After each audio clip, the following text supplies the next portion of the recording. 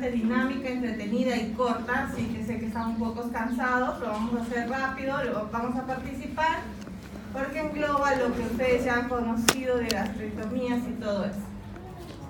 ¿Ya? Es lesiones de vía biliar. Las lesiones de vía biliar, desafortunadamente, como dice Gray Turner en 1944, no son raras y frecuentemente se convierten en tragedias si no se sabe resolver bien y a tiempo. ¿Cuál es la definición exacta de la lesión de vía biliar? Puede ser una obstrucción, una sección parcial o total de la vía biliar principal o de los conductos que drenan un sector o un segmento del hígado. La obstrucción puede ser por ligadura, por un clipado, si estamos hablando de cirugía laparoscópica, una estenosis cicatrizal o una lesión, como dice aquí, ya cicatrizal. Hablando un poco de epidemiología, la incidencia aumenta después de que la colecistectomía laparoscópica auge más o menos hace unos 15-20 años. La colecistectomía abierta es de 0.2% a 0.7%, pero en las colecistectomías laparoscópicas esta incidencia se incrementa hasta 0.87%. Vamos a ver por qué más adelante. Como les decía, a partir del año 1990 se vio un incremento de las lesiones de vías biliares porque se empezó a hacer en todo el mundo cirugía laparoscópica. En el Reino Unido hicieron unos estudios de cuánto había incrementado las lesiones de vía biliar en comparación de la cirugía convencional y de la cirugía laparoscópica, y se vio que aproximadamente en 66.163 colecistectomías abiertas había lesiones en 0.2%, mientras que en 6 veces menor casi las colecistectomías laparoscópicas la incidencia había aumentado a 0.3%. Esto es para repasar un poquito de anatomía y ubicarnos dónde se encuentra la vesícula biliar y la vía biliar, ¿no? En qué lóbulo se encuentra, en qué segmento, para recordar y cómo está formada, ¿no? Por el hepático derecho, el izquierdo forma la vía biliar principal y de ahí sale el cístico y la vesícula. Y las dimensiones, que es muy importante tener y recordar, y que también estos son generalidades, pero cada paciente tiene su peculiaridad. Entonces aquí podemos ver que la porción supraduodenal de la vía biliar más o menos mide entre 1 y 4 centímetros. La la porción retroduodenal de 3 a 5, la porción pancreática de 1.5 a 5 centímetros y ya la porción intrapancreática es bastante pequeña, de 0.8 centímetros nada más. Y aquí tenemos dibujado todo el árbol de la vía biliar y cuánto mide también la vesícula, ¿no? De 8 a 10 centímetros, el cístico de 3 a 4 centímetros aproximadamente, y toda la vía biliar desde que empieza de 8 a 10 centímetros. Las lesiones de vía biliar principalmente se dan porque no se identifica adecuadamente el triángulo de Calot. El triángulo de Calot está formado ¿por qué? ¿Se acuerdan? Sí, saben todos. Por el conducto cístico, por el borde inferior del hígado y por el hepático. Pero ¿qué es lo importante del triángulo de Calot? Su contenido, ¿no? ¿Cuál es el contenido? La arteria cística, que es una rama directa de la arteria hepática que viene directamente del tronco celíaco. Y si nosotros no clipamos o no ligamos adecuadamente con un buen nudo de los que estamos practicando, la arteria cística sangra poderosamente y se retrae rápidamente también. Como le decía, cada paciente es peculiar y no todos vamos a pretender encontrar lo que hemos visto, ni se ve un triángulo de Calot tan bonito como el que hemos visto. Cada paciente existen variaciones del conducto cístico y variaciones también de la arteria cística. Aquí en sus atlas pueden ver cómo pueden variar todos los conductos, puede ser de inserción alta, puede salir directamente del hepático derecho, o puede salir del hepático común pero dando una vuelta. Entonces todo esto hace que las cirugías sean muy complejas y hay que estar muy atentos. Esto también son los conductos hepáticos aberrantes que pueden haber, o los conductos hepáticos accesorios, en los que nosotros podamos confundir la vía biliar principal con el cístico y podamos clipar pensando que es el cístico o ligado, ¿no? Tanto la naturaleza como las consecuencias de las lesiones durante la colecistectomía varían ampliamente, así también como su pronóstico. Los mecanismos principales por los que se produce son principalmente vinculadas a la disposición anatómica, como les dije, las variantes y las aberrantes que pueden haber.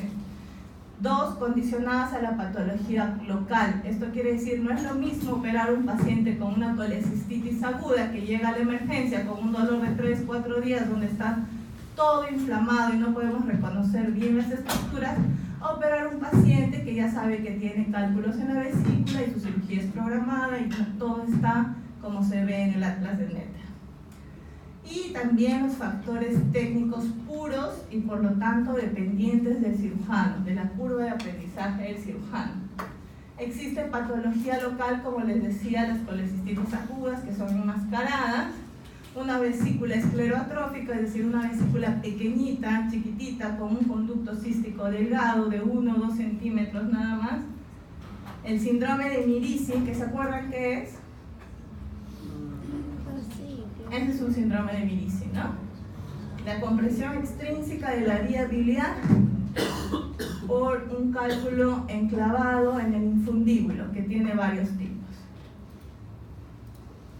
Hemorragia local, fístulas colecisto-digestivas que se pueden dar en pacientes que tienen dolores crónicos y no acuden a la emergencia y ya se fistuliza la vesícula en el segmento duodenal. Y también por cirrosis hepática e hipertensión portal. Como decía Gray Turner, una colecistectomía fácil y un cirujano carente del adecuado entrenamiento quirúrgico constituyen una combinación siniestra, puede ser fatal. O la lesión puede tener incluso en las manos más expertas y más capaces de un cirujano experimentado. O sea que nadie está libre de nada, solo la curva de aprendizaje del cirujano nos puede tener alguna seguridad. Como les decía, dentro de los factores técnicos, confundir la vía biliar principal con el conducto cístico. Esta confusión puede llevar a la sección parcial, ligadura o la laceración por quemaduras técnicas, porque utilizamos electrobisturí en cirugía laparoscópica y también en cirugía abierta. Utilizamos una fuente de electrobisturí que trae corriente y puede quemar. Eso sirve para disecar y que no haya sangrado. Y cuando se lesiona puede evolucionar más adelante a una estenosis y una resección, así como una resección parcial de la vía biliar principal. Acá les he traído algunos dibujitos para poder ver. Aquí está el triángulo de Calot, deberíamos ligar el cístico, pero lastimosamente cuando no está adecuadamente las estructuras identificadas, podemos confundir el cístico, la parte distal, y ligar la vía principal, la vía del conducto hepático principal. Miren por aquí, estos clips se ponen en cirugía laparoscópica y por aquí procederíamos a cortar, y si cortaríamos estaríamos cortando, dejaríamos el segmento distal prácticamente ligado y no habría pase de la bilis por el conducto biliar. Como les decía, la quemadura de la vía biliar principal con electrobisturí, uso inadecuado del electrocauterio. Una quemadura del hepatocolédoco puede manifestarse inmediatamente por una fuga biliar, porque le hemos hecho un agujero, hemos perforado, o por una necrosis con peritonitis. Si justo le hemos dado a una arteriola que va por la vía biliar principal, puede hacerse una necrosis y posteriormente puede hacer una peritonitis por isquemia meses después de la cirugía. Como les decía, con la cirugía laparoscópica se han incrementado las lesiones por la inexperiencia o del cirujano, porque el periodo de aprendizaje demora. La máxima incidencia de las lesiones se dan en las primeras 15 colecistectomías en un cirujano joven, para descender a un mínimo en el número 50. Acá tenemos una curva de aprendizaje más o menos que han hecho un estudio, que mientras más cirugías, más practique la cirugía, la lesión de vía biliar también disminuye.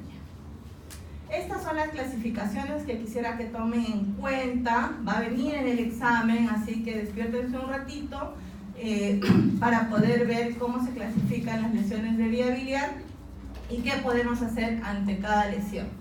Acá, por ejemplo, esta es la que más me gusta, que es la clasificación de Bismuth, que la clasifica según la distancia que tiene a la que ha sido lacerada la vía biliar con respecto a la bifurcación. Por ejemplo, la tipo 1 dice que tiene a más de 2 centímetros de la confluencia de los hepáticos. Si tenemos 2 centímetros, tenemos un buen segmento al menos para hacer una anastomosis, ya sea una anastomosis hepatoduodenal o hepatoyeyunal, que vamos a ver más adelante. La tipo 2 es a menos de 2 centímetros de la confluencia de la bifurcación. La tipo 3 coincide exactamente con la confluencia, no tenemos conducto hepático donde anastomosar. Y la 4 destruye la confluencia, o sea, prácticamente hemos lesionado a este nivel y tenemos el hepático derecho del izquierdo separados. Y la 5 se refiere cuando hay una afección de una rama hepática derecha o con el colédoco, o sea, una rama aberrante. Esta es otra clasificación de Strandberg que incluye la clasificación de Bismuth a nivel de la tipo E. El D1, el D2 hasta el E5 es lo mismo que Bismuth, nada más que aquí empieza a clasificar por A, B, C y D.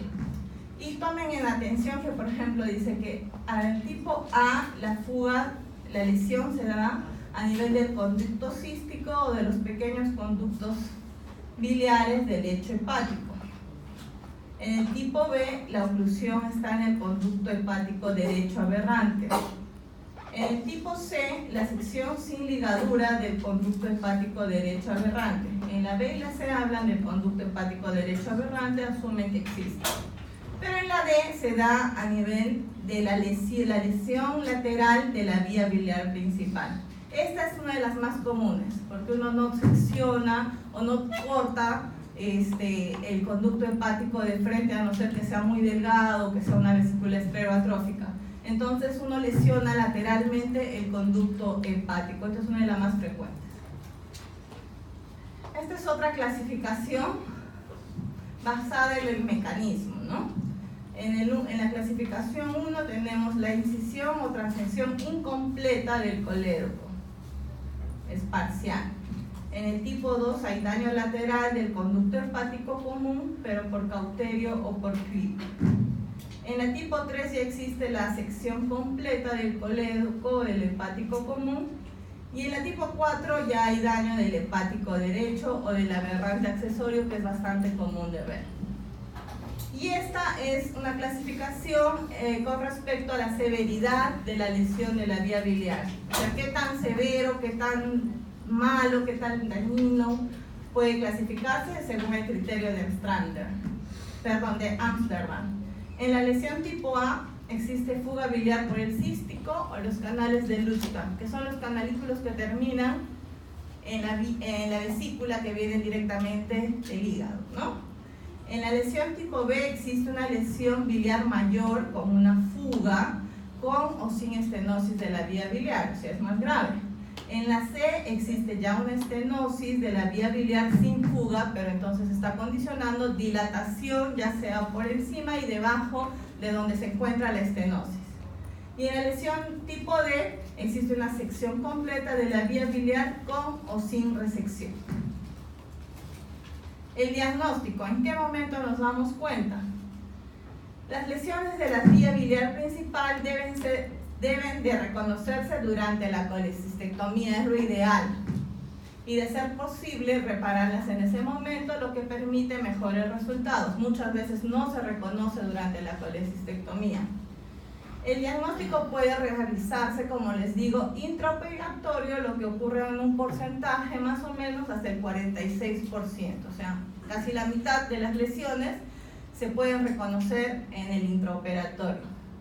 De realizarlo en el postoperatorio, o sea, ya cuando hemos cerrado al paciente, el tratamiento se torna más difícil. ¿Qué cuadro clínico vamos a encontrar? Vamos a encontrar bilirragia, ya sea a través de un drenaje o la presencia de signos peritoneales. Toda colecistectomía difícil de un paciente que llega a la emergencia, nosotros le dejamos un DREN.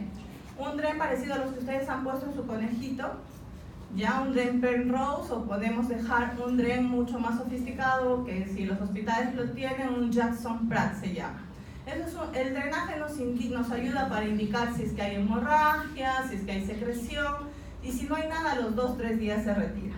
Entonces, si nosotros dejamos un DREN en un paciente que creemos que la colecistectomía ha sido difícil, por ahí nos va a empezar a salir secreción biliar y podemos darnos cuenta de que hay una lesión interna. Entonces, en los primeros años, si alguno quiere ser cirujano, dejar DREN siempre a sus pacientes. Dejar DREN a sus pacientes para que el DREN después no se retira en sala de operaciones, nada, se retira en consultorio nada más, así como ustedes lo han dejado, y entonces nos vamos a asegurar de que ese paciente no tenga hemorragia y no tenga secreciones. Un bilioma estéril, que es un absceso subhepático, no tiene a dónde drenar, no le hemos dejado DREN, y se empieza a formar una condensación, un bilioma estéril se llama eso, que lo identificamos por tomografía. También vamos a encontrar un signo característico cuando hay estenosis, ya sea por una lesión de vía biliar o en cualquier paciente que tenga algún problema relacionado a páncreas o vía biliar, ictericia con bilirrubinas elevadas. Colangitis recidivantes, la ictericia, como no drena adecuadamente la bilis, esta éstasis biliar va a producir una colangitis, o sea, se va a infectar, va a empezar a haber leucocitos y va a producirse fiebre y todo el cuadro séptico que nosotros conocemos en los pacientes. Solo en casos muy prolongados, en que nosotros no hayamos identificado que hay una lesión de vía biliar o esta solamente condiciona una pequeña estenosis, se puede producir cirrosis biliar e hipertensión portal. ¿Qué diagnóstico? ¿Cómo vamos a diagnosticar si tenemos la sospecha de que hemos operado, que es nuestra quinta colecistectomía y no hemos operado bien? Vamos a hacer una colangiografía. ¿Ya? Colangiografía es una radiografía se le inyecta a través de la vía biliar una sustancia que nos da esta imagen. Entonces nos pinta todo el árbol biliar y podemos nosotros identificar dónde está estenosado o a qué nivel está dilatado y podemos identificar si hay una lesión o no de la vía biliar. Un método común que lo encontramos en todos los hospitales, centros, puede ser una ecografía abdominal. En la ecografía vamos a encontrar si es que hay una estenosis, todo lo que no drena adecuadamente por la vía biliar principal se va a hacer un éstasis. Entonces va a haber dilatación de lo que son la vía biliar intrahepática. Acá podemos ver, por ejemplo, esta es una ecografía normal donde se puede ver la vía biliar intrahepática y acá se encuentra sumamente dilatado. El ecografista, el médico radiólogo nos va a decir si está dilatado y ya nosotros podemos sospechar de que hay una lesión de vía biliar. Una tomografía de abdomen, ¿ya? La tomografía de abdomen sin contraste, por ejemplo, acá encontramos una lesión, una formación hipodensa con nivel, porque ya ha sido contaminado. Cuando hay nivel, cuando hay aire, significa que ya se ha contaminado, predominio de líquido. Esto es un bilioma infectado. Esto no es normal ver. Aquí se encuentra más o menos, aquí debería estar el lecho hepático y esto no existe en un paciente postoperado normal. Y otro método diagnóstico estándar, GOLD, es la colangioresonancia magnética, ¿ya?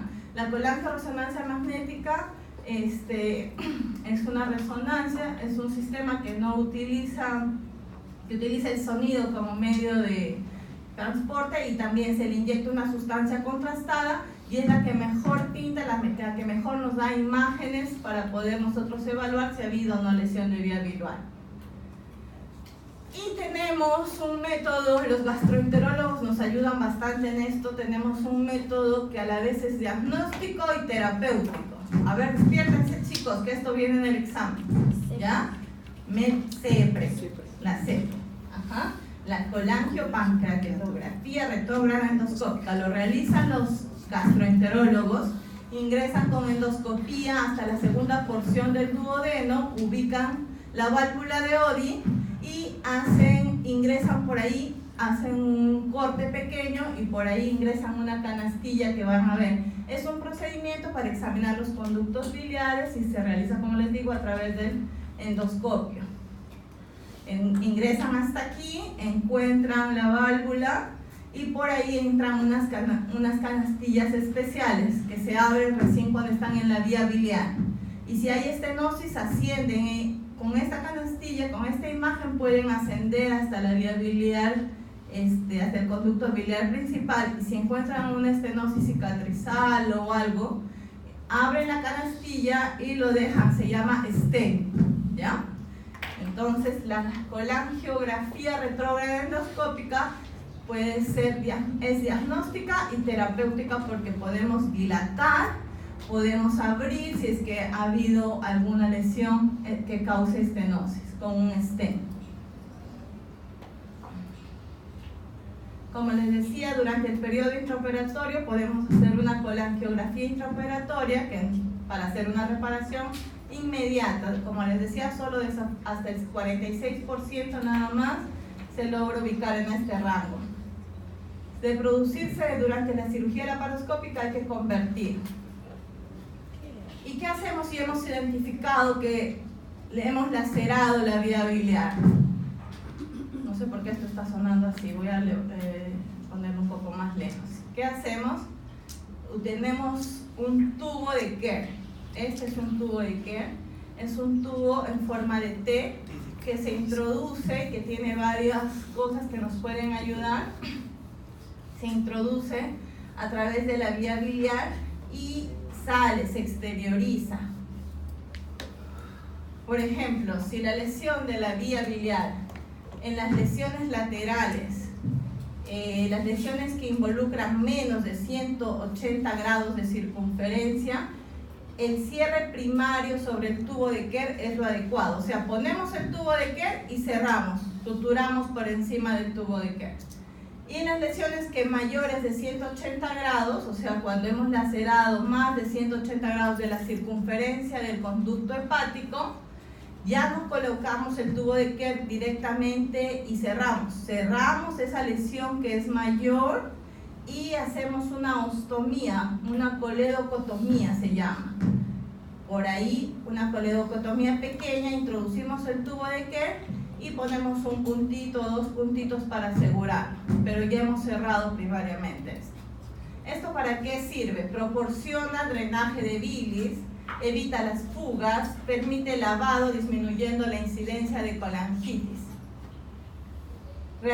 Nos permite realizar colangiografías de control para ver si no hay una estenosis posterior, impide que haya estenosis también mientras cierra y cubre de la dehiscencia de la sutura en el caso en que haya sido mayor de 180 grados.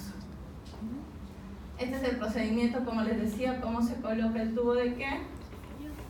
Y acá, por ejemplo, hemos hecho una coledocotomía y un cierre primario. Entonces estaba ahí paseando esto y va a permitir que se pueda drenar la bilis sin que se abra la lesión.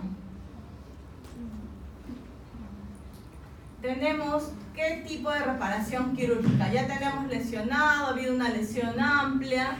Es un paciente en la clasificación de Bismuth en la que tenemos en un Bismuth 1. ¿Qué podemos hacer?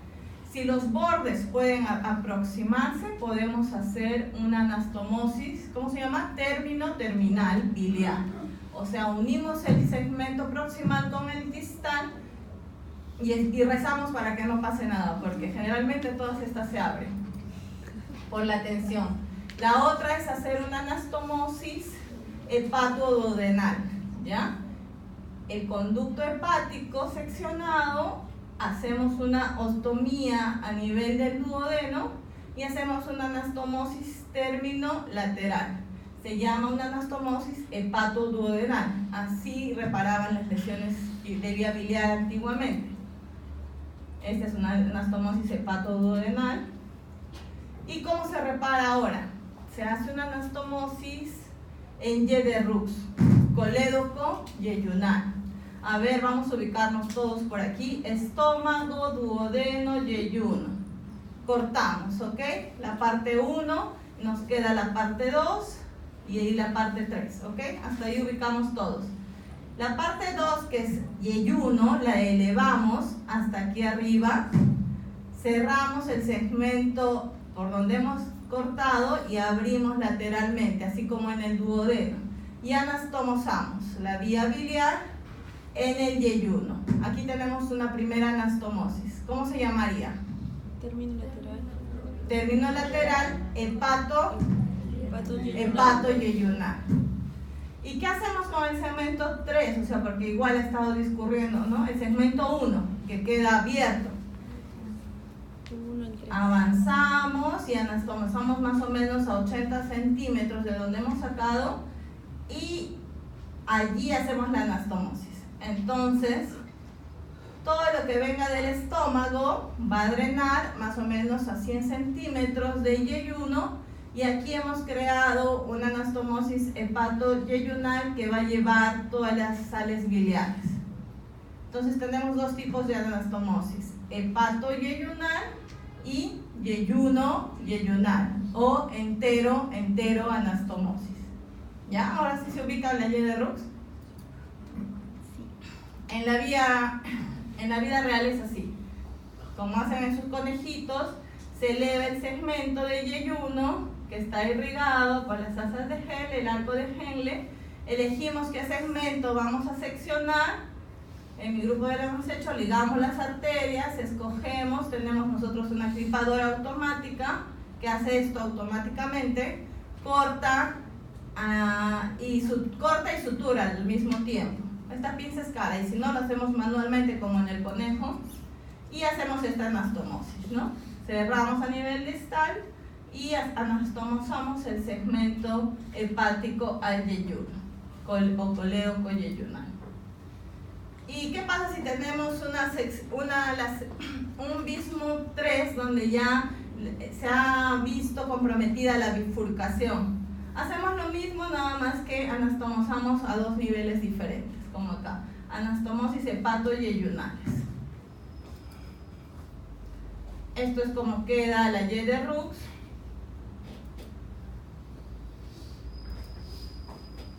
Y los resultados. La reparación primaria, como les decía, con una anastomosis término-terminal ha resultado ser inefectiva. ¿Por qué? Por la tensión que existe. El 90% de los pacientes con reconstrucción en Y de Rux con hepato-yeyuno anastomosis tienen éxito. La morbilidad postoperatoria de una reparación de vía biliar es alta. Hay que estar pendiente del paciente. Existen complicaciones hasta en un 30%. Del 2 al 25% de estos pacientes presentan de todas maneras estenosis de la anastomosis bilioentérica, o sea, se cierra.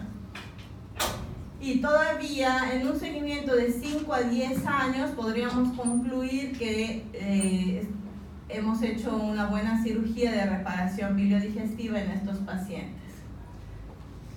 Las lesiones de la vía biliar, la complicación más grave, ¿cuál es?